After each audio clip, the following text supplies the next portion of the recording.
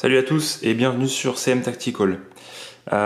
Aujourd'hui, je vais vous faire la présentation du Nirvana dans sa version grande taille de Peter Rassanti. Donc Peter Rassanti, c'est un coutelier canadien. Donc voilà, et il fait pas mal de collaborations, notamment avec Spyderco sur ce modèle d'ailleurs qui a été fait. Il y a le paysan qui va sortir et il y a une nouvelle collaboration avec Custom Knife Factory qui sort en ce moment là, qui est déjà sortie d'ailleurs il y a quelques semaines.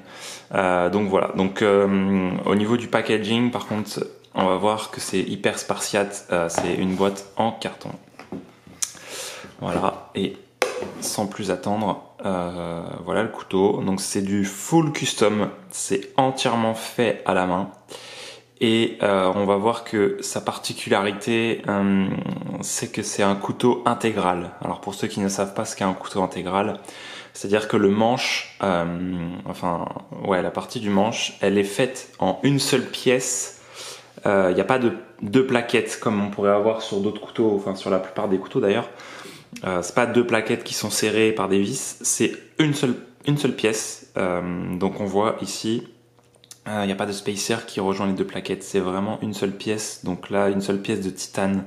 La plupart des couteaux intégraux, soit ils sont en titane, soit ils sont en alu. Il n'y a pas d'autres solutions, j'ai jamais vu d'autres matériaux. Donc sans plus attendre, voilà le couteau. Alors pour la petite info, celui-là n'est pas le mien. Moi j'en ai un autre que je vous présenterai par la suite. Donc c'est un autre modèle. Je vous le présenterai, je pense, dans les prochaines vidéos.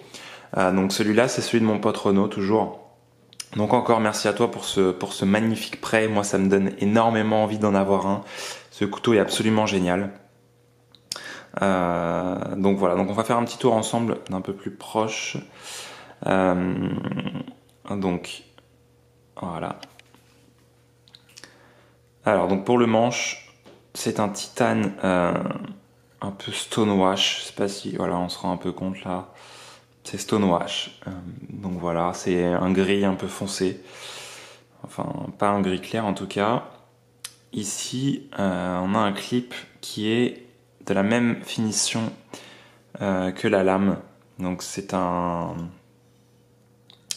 sandmail ou un damage. Je sais plus bien ce que c'est. Renaud, tu me diras dans les commentaires la nature exacte de la lame. Donc il y a vraiment des très très beaux reflets. Je sais pas si on voit très très bien là. Voilà. Donc c'est vraiment très joli. Hein. Donc alors la partie ici c'est le corps en fait, c'est l'intérieur de la lame. Faut pas croire que ici c'est les moutures ou enfin que c'est le tranchant. Pas du tout, le tranchant il fait toujours que cette partie là.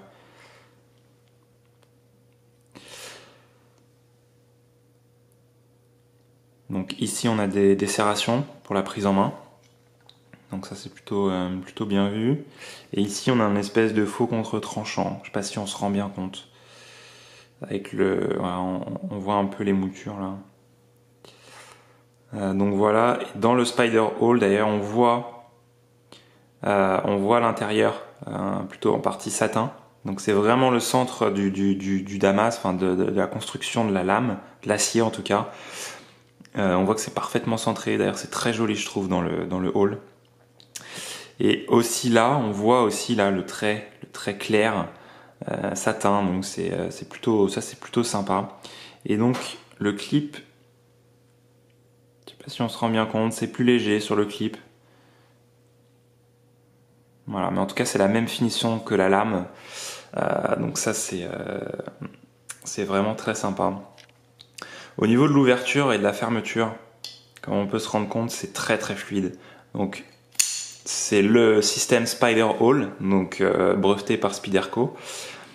Enfin, je sais pas si c'est breveté, hein, on dirait, mais en tout cas, c'est vraiment propre au Spyderco. Et là, donc Peter Rassanti a fait une collaboration avec Spyderco pour un modèle industriel, mais celui-là, c'est vraiment une version full custom. Voilà. Donc ici, c'est usiné avec la CNC. Donc moi j'adore, ça c'est vraiment très très beau. Ça permet aussi d'alléger le poids du couteau. Donc là on est sur quand même un couteau qui est pas très lourd au vu de la taille.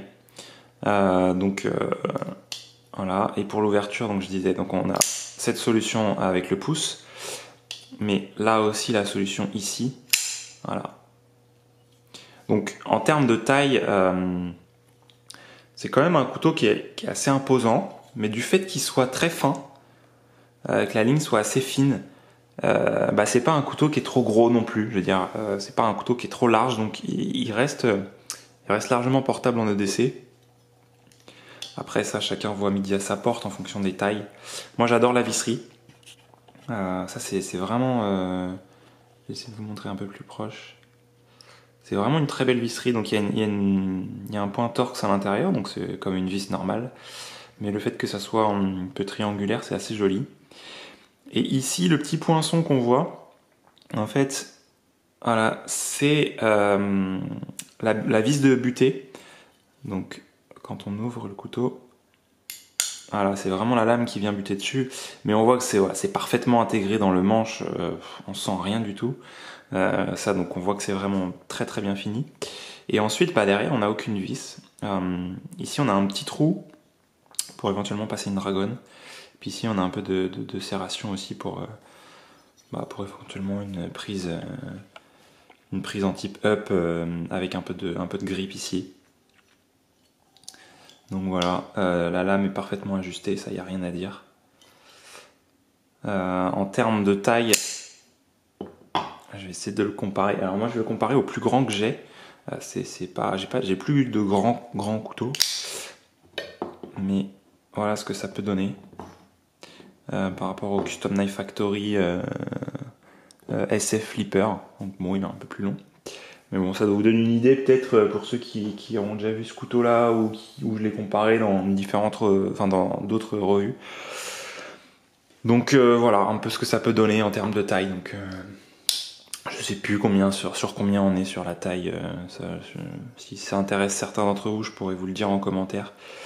Mais je pense qu'on est autour des 22 cm, 21 peut-être. Un autre petit détail qui est très sympa et que j'aime beaucoup. Alors je vais essayer de vous montrer ça. Voilà. Ici, donc dans le creusement pour le frame, on a la signature de Peter Rassanti, donc qu'on retrouve sur la boîte d'ailleurs. Donc en fait, je trouve ça très très intelligent de l'avoir mis là parce que c'est de 1 ultra discret et de 2 ça habille un petit peu ce petit truc ce petit renfoncement du frame. Donc c'est plutôt bien pensé et ça évite effectivement, alors il y en a qui aiment, hein. Moi je préfère quand c'est discret, mais ça évite d'avoir des gravures sur la lame. Donc là, il n'y a aucune gravure du coup sur la lame. Donc voilà. Donc c'est vraiment, c'est de la très très belle pièce, hein. C'est du custom très très haut de gamme. Sachez que pour obtenir un de ces couteaux, il faut patienter un certain moment, mais on peut lui passer commande directement. Donc ça, vous pouvez le contacter sur Instagram, Peter Rassanti. Voilà. Et puis bon, faut quand même penser que c'est un certain budget. Après, ça se trouve en seconde main sur des sites américains. Essentiellement, il y en a peu qui circulent en France. Moi, je connais que un autre propriétaire, deux autres. Il y en a deux autres qui ont des Rassanti en France, mais sinon, j'en connais pas énormément. Après, il y en a peut-être qui dévoilent pas leur collection, évidemment. Mais voilà, donc c'est quelque chose qui est assez rare en France, même en Europe, il n'y en a pas beaucoup. Donc voilà, je voulais vous faire partager ça, et puis je vous en montrerai un autre, celui que j'ai, je l'ai pas là, parce que du coup je l'ai prêté à mon pote. On fait souvent des petits échanges comme ça, donc je lui prête un couteau, il me prête un couteau, mais voilà, moi ça me permet de vous montrer un peu le sien et de vous faire partager ça. Voilà, je vous dis ciao, et puis à bientôt pour de nouvelles choses.